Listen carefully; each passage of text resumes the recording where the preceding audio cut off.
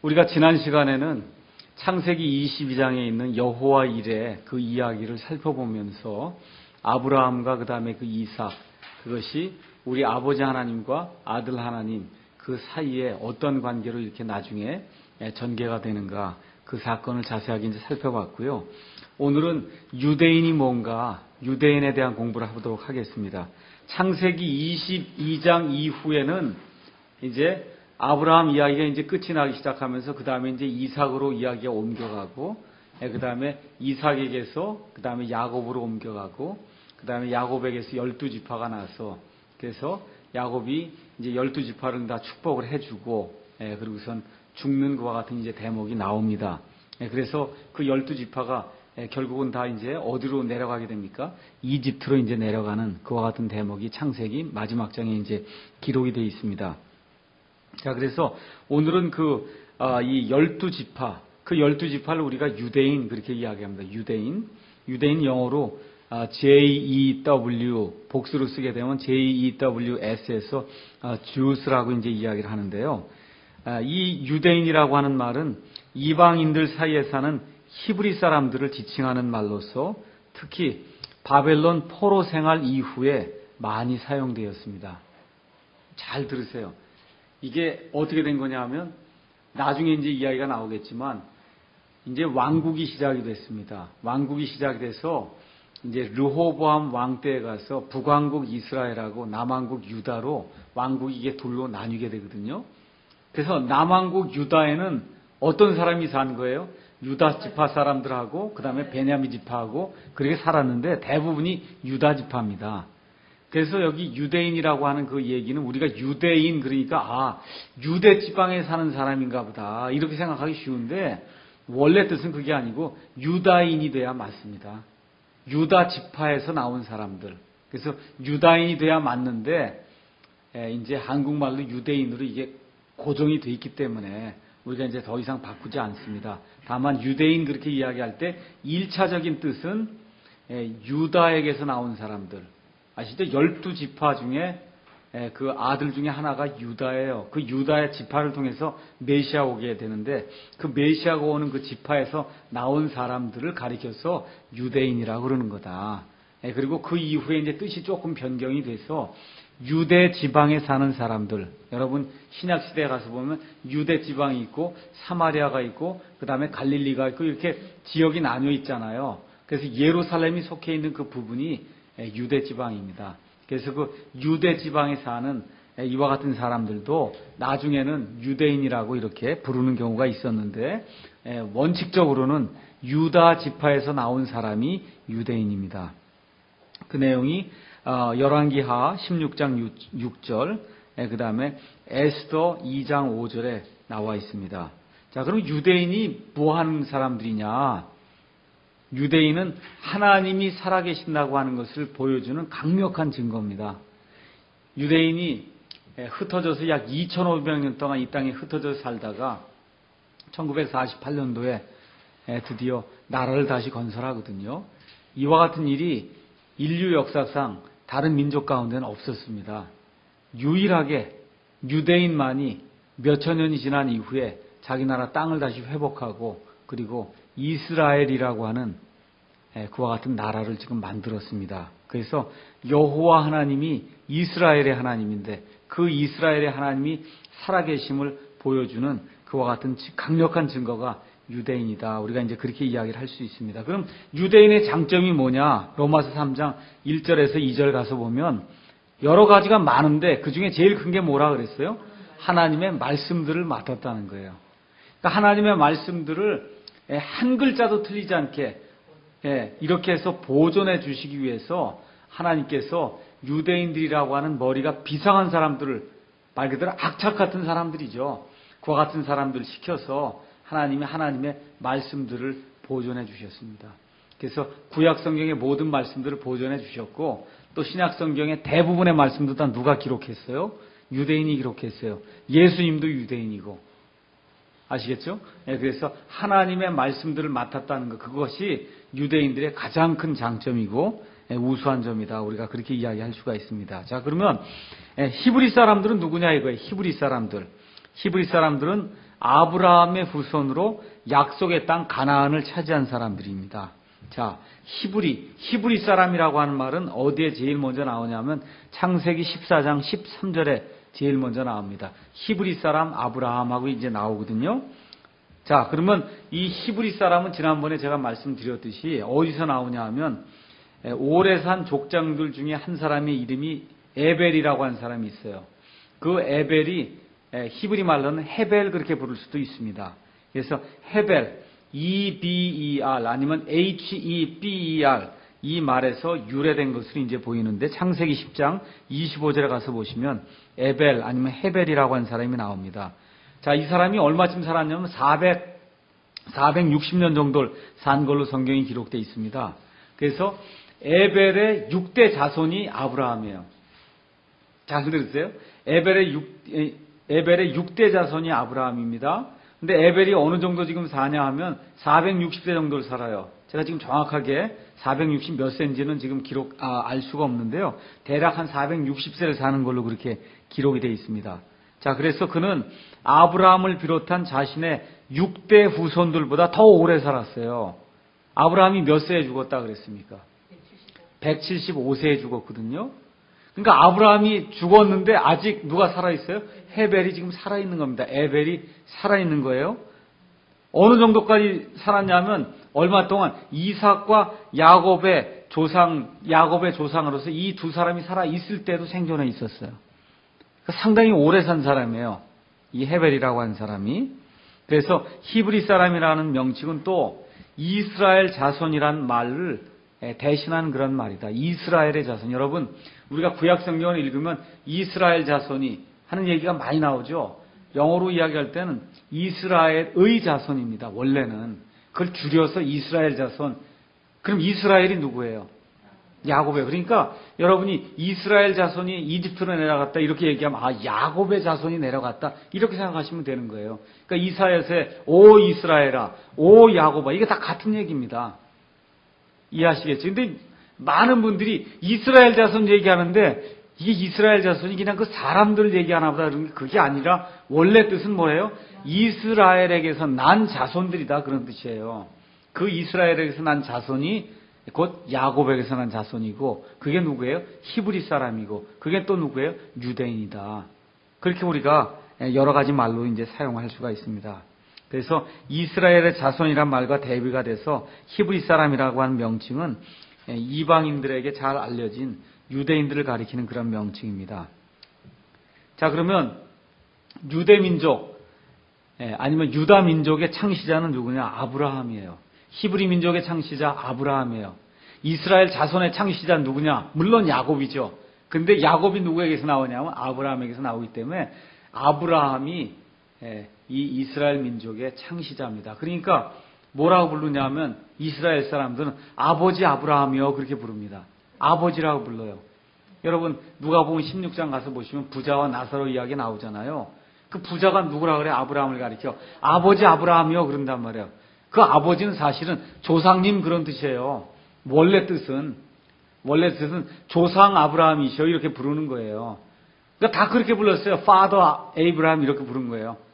Father Abraham. 그러니까 우리말로는 그게 어쩔 수 없이 아버지라고 이렇게 번역을 했지만 실질적인 뜻은 조상님이다 그런 뜻입니다. 그래서 아브라함은 유랑하는 목자였습니다. 또 그의 아들과 손자인 이삭과 야곱도 그의 발자취를 따르면서 이 땅에서는 말 그대로 땅 하나 갖지 못하고 순례하는 것과 같은 사람들이었습니다. 여기에서 이제 12지파가 나오게 되죠. 그래서 이 하나님의 섭리에 의해서 야곱의 아들 요셉이 미리 이집트 땅으로 내려가서 거기서 하나님의 역사를 통해서 이집트 땅을 다스리는 총리가 됐습니다. 그래서 기근의 때 자기 가족을 다 이집트로 이제 불러내렸습니다. 여기서 이 민족들이 큰 민족을 이루게 된 이후에 그들은 모세의 인도를 받아서 이집트를 탈출해서 이제 가나안 땅에 들어가죠. 근데 여러분이 여기서 중요한 거 하나를 살펴보셔야 돼요. 우리 창세기 15장 가서 보겠습니다.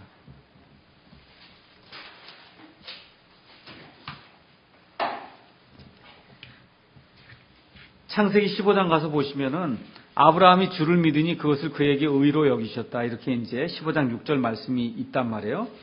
그렇게 한 다음에 아브라함이 하나님께 제물을 바치는 것과 같은 내용이 나옵니다.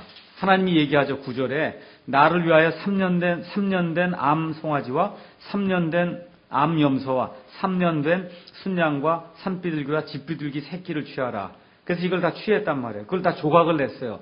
조각을 냈는데 뭐는 조각을 안 냈습니까? 새는 지금 조각을 내지 않았죠. 이렇게 한 다음에 해가 질 때 아브라함에게 이제 깊은 잠이 이제 임했거든요. 그때 이제 하나님께서 나타나셔서 내 씨가, 거기 가서 보니까 13절에 자기들의 소유가 아닌 땅에서 나그네가 되어 그들을 섬기겠고 그들이 400년 동안 내 씨를 괴롭히리라. 그 얘기 하신단 말이에요. 그 다음에 뭐라고 썼냐면 16절에 그들이 내 씨가 거기서 괴롭힘을 당하다가 네 세대 만에 여기로 다시 오리니 이는 아모리 족속의 불법이 아직 충만하지 아니하기 때문이라. 이게 잘 보셔야 됩니다. 그러니까 여기서 지금 한 세대는 100년을 이야기해요. 이 당시 한 세대는 100년, 지금의 한 세대는 약 25에서 30년. 그렇죠? 그 당시엔 사람의 수명이 길고 이렇기 때문에 지금 한 세대를 지금 100년으로 지금 잡고 있습니다. 자, 그럼 잘 보세요. 이집트의 12지파가 지금 내려갔습니다. 그 가족이 다 내려간 게 몇 명이에요? 70명이 내려갔어요. 70명 아니면 72명이 하여튼 거기 내려갔습니다. 맞죠? 예, 그 가운데서 사람이 나중에 이집트 탈출할 때 남자가 얼마쯤 돼요? 걷는 남자만 60만. 이렇게 되니까 모든 가족까지 다 합치면 한 300만, 400만 정도가 이집트에서 탈출하게 됩니다. 맞죠? 그럼 잘 보세요. 탈출해서 어느 땅으로 들어가게 됩니까? 가나안 땅으로 들어가죠. 가나안 땅에 들어가서 어떻게 하라 그러세요? 하나님께서 가나안 족속을 무차별적으로 멸하라 그러죠. 그렇죠? 왜 그렇게 돼 있냐? 여기 16절. 그들이 네 세대 만에 다시 돌아오는데 왜? 그 400년 동안 하나님이 기다리는 거예요. 뭘 기다리는 거예요? 하나님이 미리 보셨어요. 아모리 족속의 불법이 너무나 가증한 불법이 돼서 이 이스라엘 백성이 무차별적으로 아이들까지도 죽일 수밖에 없는 그러한 상태로 이 가나안 족속이 사악하게 될 때까지 하나님이 그 400년 동안 거기서 기다리게 하신 겁니다. 물론 그동안에 민족도 형성했고, 아시겠습니까? 그러니까 아모리 족속이 가나안 족속을 하나님이 그냥 무조건 죽이라고 한 게 아니에요. 그 불법이 너무나 사악해서 하나님 완전히 진멸하지 않으면 안 될 정도까지 그렇게 됐다는 거예요. 어느 때? 이 이스라엘 백성이 이집트 땅에서 탈출할 때. 근데 지금 부흥사들이 또 이걸 잘못 얘기해갖고 또 어떻게 얘기하는지 아십니까? 이렇게 지금 이집트 땅에 가서 고생하고 그런 게 다 이유가 있다는 거예요. 왜 그러냐면 하나님이 조각을 내서 이렇게 조각을 내라 그랬는데 새를 조각내지 않았기 때문에 하나님 말씀에 순종하지 않아서 그래서 이 사람들이 이렇게 400년간 고생했다는 거예요. 이거는 말도 안 되는 해석입니다. 여러분 나중에 가서 이 레위기라든지 이런 데 가셔서 보시면 새를 잡아 드릴 때 하나님은 어떻게 해요? 새는 쪼개요? 쪼개지 않아요? 새는 쪼개지 않는 거예요. 그거는 뭐 성경적으로 생각해 볼 수도 없는 해석이거든요. 근데 그걸 부흥사들이 이렇게 많이 얘기를 하고 다녀갖고 많은 사람들이 그렇게 믿더라고요. 이 내용은 그런 내용이 전혀 아닙니다. 왜? 여기서 지금 하나님이 400년 동안 민족을 형성하기 위해서 내려보내시고 또 그 400년 동안에 이 가나안 땅에서 어떤 일이 발생해요? 엄청나게 사악한 죄악이 발생해서 하나님이 그들을 그대로 둘 수 없을 정도가 되었을 때 그때 하나님께서 이스라엘 백성을 이집트에서 빼서 가나안 땅으로 보내시는 겁니다. 여기 새를 쪼개지 않으면 이건 정상적인 거예요. 그것하고 여기 이스라엘 백성이 400년간 고생하는 거하고는 아무 상관이 없습니다. 자, 이렇게 돼갖고 그들이 모세의 인도를 받아 이집트를 탈출해서 이제 가나안 땅에 들어가고자 했으나 하나님께 순종하지 않았죠. 그래서 어떻게 됩니까? 그 첫 세대는 다 어디서 죽어요? 광야에서 이제 죽게 되고, 그래서 그 다음 세대가 가나안 땅에 이제 들어가게 됩니다. 모세도 물론 죽었지요. 그때 이제 여호수아가 약속의 땅을 다 정복을 하고, 그리고 어떻게 해줬어요? 그 모든 땅을 지파별로 다 나누어서 여호수아가 배분을 해줬습니다. 맞죠? 그렇게 되니까 어떻게 돼요? 이제부터는 유다 지파에 속한 그 땅은 누구에게만 상속이 되는 거예요? 유다 지파에게만 상속이 되는 거고, 베냐민 지파에게 하나님이 주신 땅은 베냐민 지파에게만 상속이 되는 거예요. 이런 가운데 희년이라고 한 제도가 있어서 그래서 땅을 팔더라도 다시 50년이 되면 그 땅이 그 지파에 속한 A라고 하는 사람에게 속해서 권리 돌아가는 거예요. A가 죽으면 어디에게 돌아가? A의 아들에게로 돌아가는 거예요. A의 아들이 죽으면 또 A의 아들이 또 아들의 아들이 차지하고, 이렇게 돼서 땅이 영원토록 각 지파에 이렇게 소속이 되도록 하나님이 만들어 주셨습니다. 자, 이렇게 되면서 이때부터 그들이 하나님의 이름으로 이 우두머리들과 재판관들과 부족의 7제들의 통치를 받으며 어느 때까지 이르냐면 사무엘 시대까지 이르게 됩니다. 그래서 사무엘이 마지막 재판관이었어요. 마지막 사사였습니다. 사사. 이 개혁성경으로 이야기하면.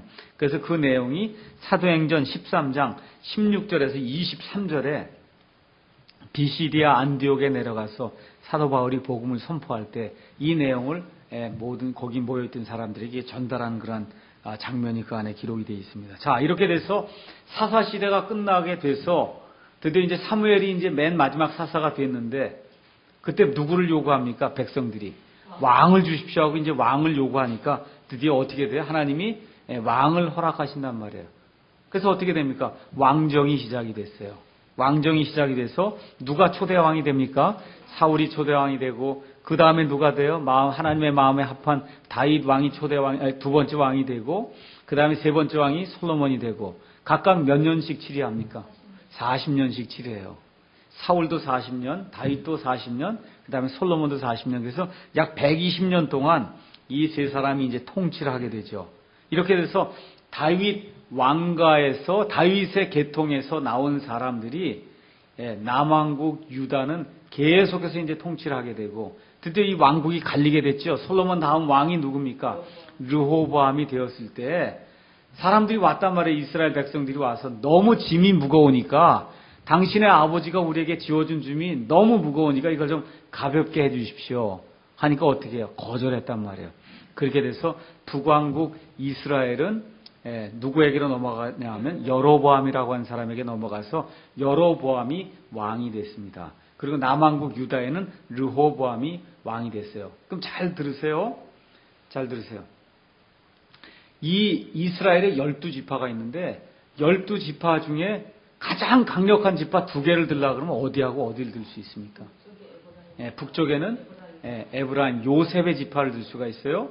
북쪽에는 요셉의 지파, 남쪽에는 유다 지파가 있어요. 근데 요셉에게는 지파가 2개가 있어요. 하나는 이 에브라임 지파가 있고 하나는 므낫세 지파가 있는데 어느 게 더 강하다 그랬습니까? 에브라임 지파가 둘째가 첫째보다 강할 것이라고 야곱이 예언을 하고 죽거든요. 그렇죠? 그래서 이 윗부분에는 에브라임 지파가 이 이스라엘 전체 그 왕국 중에 제일 강력했습니다. 밑에는 유다 지파하고 베냐민 지파가 돼서 유다 왕국을 형성하게 되고, 그래서 여러분이 이 가나안 땅을 이제 정복하러 가고 가나안 땅을 분배하게 될 때 그때도 유명한 사람 2사람이 나오죠. 하나는 여호수아, 하나는 갈렙, 그렇게 나와. 여호수아는 어디 출신이에요? 에브라임 출신이에요.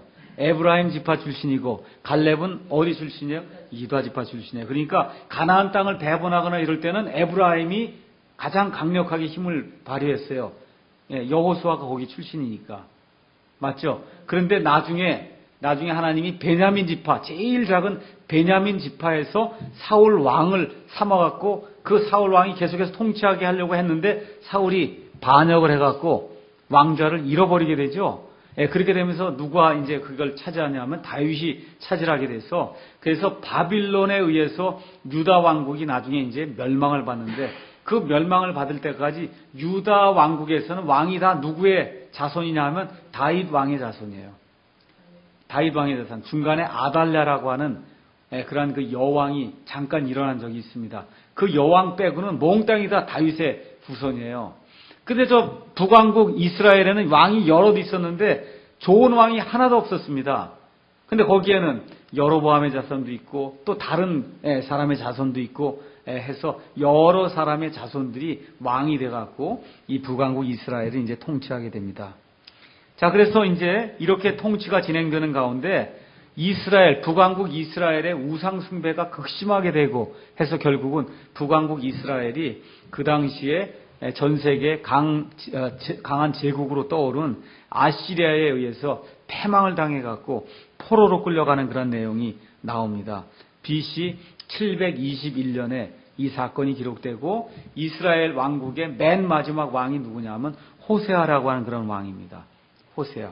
그래서 여러분이 이스라엘이 왜 이와 같이 멸망을 당하였느냐 그 사실을 살펴보시려면 열왕기하 17장 6절에서 23절을 보시면 됩니다. 거기 가서 보시면 이 사람들이 극도로 우상 숭배를 하고 하나님을 대적하는 그와 같은 일을 행했다고 성경이 기록하고 있습니다.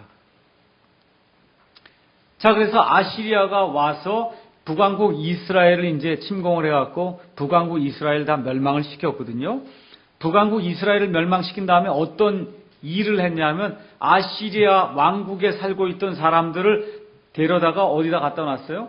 이스라엘 땅에다 가져다 놨단 말이에요. 이스라엘의 그 당시 수도가 어디예요? 사마리아가 수도였어요. 알겠죠? 그리고 이스라엘 사람들은 다 잡아다가 어디로 옮겼어요? 아시리아로 옮겨놨단 말이에요. 그래서 이민 정책을 쓴 거예요. 이주 정책을 써갖고 북왕국 이스라엘의 10지파 그거 다 물러가게 하고 몇 명만 거기 남게 했어요. 그리고는 이 밖에 있던 이주민들 여기다 갖다 이제 정착을 하게 이렇게 만들었습니다. 그렇게 했는데 여기 온 사람들이 여호와 하나님을 경배하지 않으니까 하나님께서 어떻게 합니까? 사자들을 보내갖고 사람들 잡아먹게 했단 말이에요. 아시겠죠? 여러분, 성경에 그런 내용이 있냐? 성경에 그런 내용이 읽어보겠습니다. 한번 잠깐 보겠습니다. 열왕기하 17장 보겠어요. 하나님이 참 재미있으세요. 열왕기하 17장.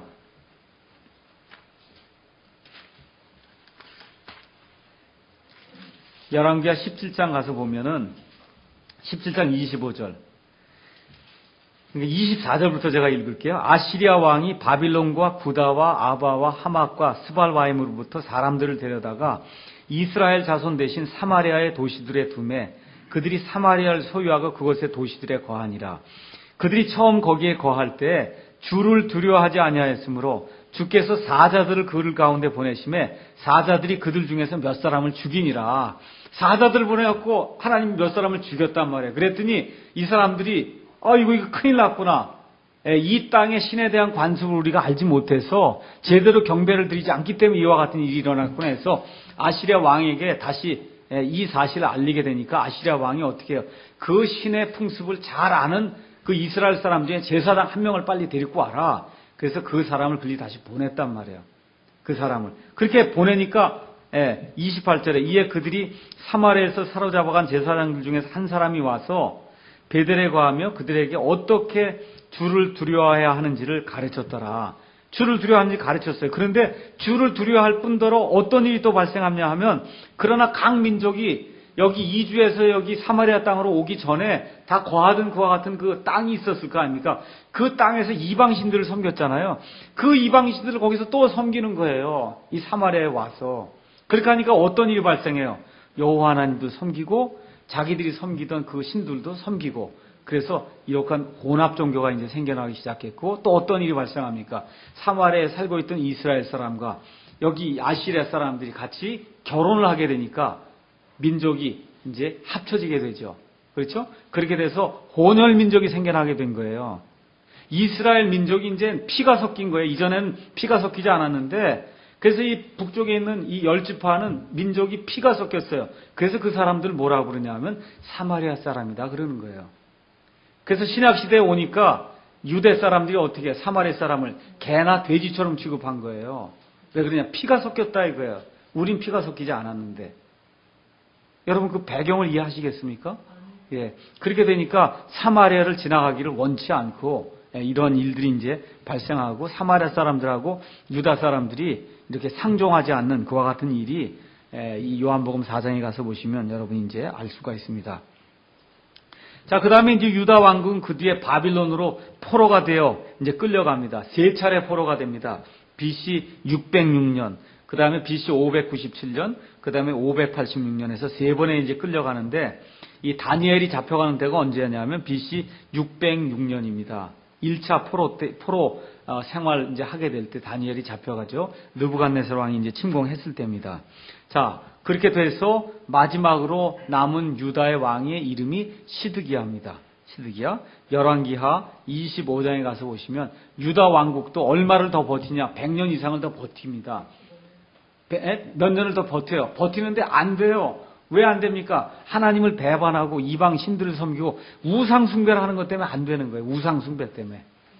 그래서 결국은 느부갓네살 왕에 의해서 또 그 이후에 다른 왕들에 의해서 다 이제 바빌론으로 이제 포로가 되어 갑니다. 그래서 바빌론에서 몇 년 동안 포로 생활을 한다고요?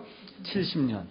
이런 내용들 여러분이 좀 아시면 좋습니다. 언제부터 언제까지냐 하면 BC 606년부터 536년까지. 그래서 이 70년을 누가 예언했습니까?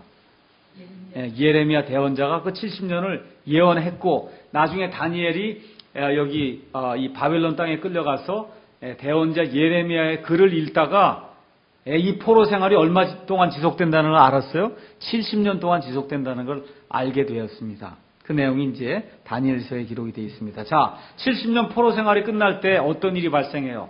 바빌론 왕국이 무너집니다. 누구에 의해서 무너지냐면 다리오 왕에 의해서 무너지고 그렇게 되면서 어떤 왕국이 있습니까? 메데 페르시아 왕국이 이제 쓰게 된단 말이에요. 그렇게 될 때 BC 536년에 페르시아의 고레스 왕이 칙령을 내리죠. 어떻게 하라 그래요? 이 바빌론 지역에 살고 있는 유대인들 가운데 예루살렘에 올라가서 하나님의 전을 짓고 거기 거하기 원하는 사람은 다 올라가도 좋다. 그래서 그 바빌론 이 페르시아의 고레스 왕의 칙령에 의해서 유대인들이 이제 포로 생활을 그만두고 올라가는 그와 같은 내용이 역대기하 36장 22절에서 23절에 기록이 되어 있습니다. 자, 그래서 이번에 또 몇 차례 올라가냐? 이번에 세 차례 또 올라갑니다. 그러니까 바빌론 포로 생활도 세 차례에 걸쳐서 포로 생활을 하러 들어가고 바빌론 포로 생활에서 귀환할 때도 세 차례. 첫 번째 누구의 인도로 들어와요? 스룹바벨의 인도로 들어옵니다. 다윗 왕의 후손인 스룹바벨의 인도로 BC 536년에 그 내용이 에스라서 1장에서부터 6장까지 기록이 되어 있고 그래서 돌아와서 뭘 해요? 성전을 짓습니다. 그래서 성전을 져요. 그 내용이 성경에 기록이 되어 있고 BC 516년경에 성전을 짓습니다. 그 이후에 2차 귀환하죠. 누구냐 하면 에스라의 인도를 받아서 BC 467년에 이제 들어옵니다. 그 내용이 에스라서 7장에서부터 10장에 기록이 되어 있습니다. 3차 귀환은 느헤미야의 인도를 받고 BC 454년에 이제 귀환을 하는데 그 내용이 느헤미야기에 기록이 되어 있습니다. 자, 그러면 우리가 중간에 가서 보면 에스더라고 하는 말씀이 있죠. 에스더 맞죠? 에스더기는 언제사에 기록된 거냐면 1차 귀환하고 2차 귀환 그 사이에 일어났던 그런 내용을 기록을 하고 있는 겁니다. 그러니까 여러분이 성경을 읽으실 때 역대기상, 역대기하 그 다음에 누가 나와요? 그 다음에 에스라, 느헤미야, 에스더가 나오지 않습니까? 맞죠? 그래서 거기 나온 그 내용 에스라, 느헤미야, 에스더는 어느 때 기록이 된 거라고요? 바빌론 포로 생활 끝나고 난 이후에 여기 사람들이 귀환한 그와 같은 내용을 이제 기록한 거다. 자, 그럼 구약 성경의 마지막 대언자가 누구라 그랬어요? 말라기. 그렇죠? 그래서 말라기가 말라기서를 기록했습니다. 그게 언제쯤 되냐면 BC 441년. 그래서 말라기 대언서를 BC 440년경에 기록한 이후부터 예수님이 오셔서 말씀을 선포하고 침례자 요한이 와서 말씀을 선포할 때까지 약 400년 정도 동안 하나님이 말씀을 해주시는 그와 같은 일이 없었어요. 그래서 우리가 그 기간을 침묵의 400년이라고 얘기하는 겁니다. 그러니까 더 이상 하나님의 말씀이 없어요. 구약 성경이 끝이 났어요. 그 중간에 그 기간 400년 동안에 뭐가 나왔냐면 외경이라고 하는 그와 같은 역사적인 책들이 나옵니다. 물론 천주교에서는 외경을 성경이라고 이야기하지만 그것은 하나님의 영감을 받은 책이 아닙니다. 그래서 이 400년간의 그 침묵기, 이 400년간의 침묵기 동안에 어떤 일이 발생하냐면 페르시아 왕국이 또 멸망을 당해요. 누구에 의해서? 알렉산더에 의해서 멸망을 당하게 됩니다. 그래서 페르시아를 알렉산더가 BC 331년에 이제 점령을 하게 되고 알렉산더가 사망한 다음에 BC 323년에 알렉산더의 그 그리스 제국이 4개로 나뉜단 말이에요. 그 4개로 나뉘는데 그 중에 가장 강력한 나라가 시리아의 근거를 두고 있던 셀레우코스 왕조가 있어요. 셀레우코스 왕조. 그 다음에 이 이집트의 근거를 두고 있던 프톨레마이오스 왕조가 있었어요. 그럼 한번 보세요, 여러분.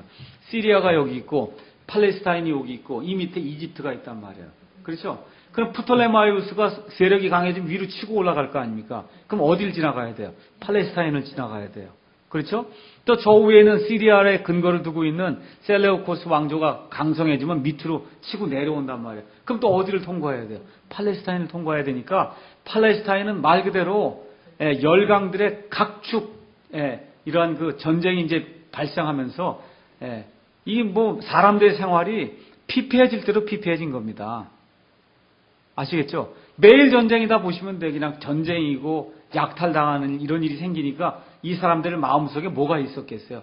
메시아가 좀 빨리 오면 좋겠다. 여러분 이해하시겠죠? 메시아가 좀 빨리 오면 좋겠다. 이런 마음이 생길 수밖에 없잖아요. 사방에서 그냥 열강들이 들어와서 각축전을 벌이니까 서민들이 살 수가 없는 겁니다. 이러한 때에 누가 나타나요? 침례자 요한이 나타나서 회개하라 하늘의 왕국이 가까이 왔느니라. 그렇게 얘기할 때 사람들이 뭘 기대하고 메시아를 기대하고 있었으니까 어때요? 침례자 요한이 혹시 메시아인가? 그렇죠? 이와 같은 시점이란 말이에요. 그걸 여러분과 제가 이 사람들이 처해 있는 그와 같은 상황을 이렇게 생각을 해보면서 신약성경을 대하면 예수님이 나타나셔서 회개하라 하늘의 왕국이 가까이 왔네 이렇게 말씀하실 때 그 사람들이 메시아를 고대하고 있는 가운데 그 말을 들었을 때 그 느끼는 심정이 어땠겠는가? 그러면서 뭐라고 물었겠어요? 당신이 정말 메시아입니까? 그 얘기할 때 그 사람들의 심정을 우리가 조금 이해할 수 있다는 거죠. 그난 한 400년 동안 열강의 각축전 그 벌어지는 그와 같은 장소가 돼서 아주 이 사람들의 생활이 피폐해졌습니다. 자, 그래서 어떤 일까지 발생하냐면 BC 168년에 이 시리아에 근거를 두고 있는 이 셀레우코스 왕조의 안티오쿠스 에피파네스라고 하는 황제가 있는데 이 황제가 글쎄 성전에 들어가서 돼지를 잡아갖고 돼지 피를 가지고 하나님께 이렇게 그 하나님의 성전에서 희생 예물을 드리는 이와 같은 아주 정말 참남한 그와 같은 일이 이제 발생하게 됩니다. 이렇게 되니까 유대인들이 이건 도저히 견디지 못하겠다. 이렇게 돼서 마따디아라고 하는 사람이 있었고 그의 아들 5명이 있었어요. 그의 아들 5명을 우리가 마카비라고 얘기합니다. 이 사람들 마카비들을 중심으로 해서 독립전쟁이 일어난 거예요. 쉽게 얘기하면. 이때부터 헤스모니아 왕조가 이제 형성이 돼서 그래서 왕들이 생겨나기 시작했습니다. 왕들이 다시 생겨나기 시작한 거예요. 이렇게 된 가운데 어떤 일이 이걸 우리가 마카비 반란이다 그렇게 얘기를 합니다. 이렇게 돼서 왕조가 형성이 돼서 언제까지 되냐면 BC 63년까지 BC 63년에 드디어 완전히 로마가 온 세상을 통일하게 되는 그런 일이 발생하거든요. 이렇게 되면서 이제 로마 제국의 치하에 이제 이게 들어가면서 로마 제국의 치하에 들어가면서 이스라엘이 로마의 지배를 받기 시작한 거예요. 그러니까 예수님 오시기 약 60년 전부터 로마의 지배를 받은 거예요. 그러니까 이스라엘이 생각해 보세요. 바빌론의 지배받았죠. 그 다음에 그리스 지배받았죠. 그 다음에 페르시아 지배받았죠. 그 다음에 예수님 오실 때는 로마의 지배를 받았어요. 이런 가운데 백성들의 생활이 영적으로 물질적으로 곤고하게 그지 없었습니다. 정말 너무너무 피곤한 가운데 이 메시아가 와서 이 모든 문제를 좀 해결해 줬으면 좋겠다는 그 메시아 대망을 바라는 그것이 사람들 가운데 너무나 많이 퍼져 있었습니다. 이런 가운데 예수님이 나타났던 거예요. 자, 이 기간에 또 누가 나타납니까? 구약 성경에 등장하지 않았던 바리새인, 사두개인이라고 하는 사람들이 나타나기 시작한 거예요. 사두개인은 기록된 하나님의 말씀만 믿어야 된다. 이렇게 주장하는 사람들인데 그런데도 불구하고 뭐는 믿지 않냐? 천사나 영 이런 건 믿지 않았어요. 그래서 이 사두개인들은 어떤 사람들이냐면 고위 관료들이었습니다. 이와 같은 사람들이 나타났고 또 한파가 누가 나타났냐면 바리새인들이 나타난 거예요. 바리새인들은 성경에다가 자기들이 알고 있는 여러 가지 전통들을 간에 또 집어넣습니다. 그러니까 성경 플러스 전통을 만들어 놓았는데 이 사람들은 고위 관직을 가진 그런 사람들은 아니었어요. 그래서 보통 사람들이 바리새인들을 많이 좋아했습니다. 그래서 바리새인들 가운데 유명한 사람들 여러분 알죠? 가말리엘이라고 하는 그런 사람도 있고 여러분이 잘 알고 있는 사도 바울도 바리새인입니다. 니고데모도 바리새인이고 맞죠? 그래서 이와 같은 분파가 이제 생겨나기 시작했어요. 근데 어떤 일이 이 와중에 이제 획기적으로 일어났냐 하면은 바빌론 포로 생활 이제 들어가기 전에 이스라엘 백성이 지은 가장 큰 죄악이 뭡니까?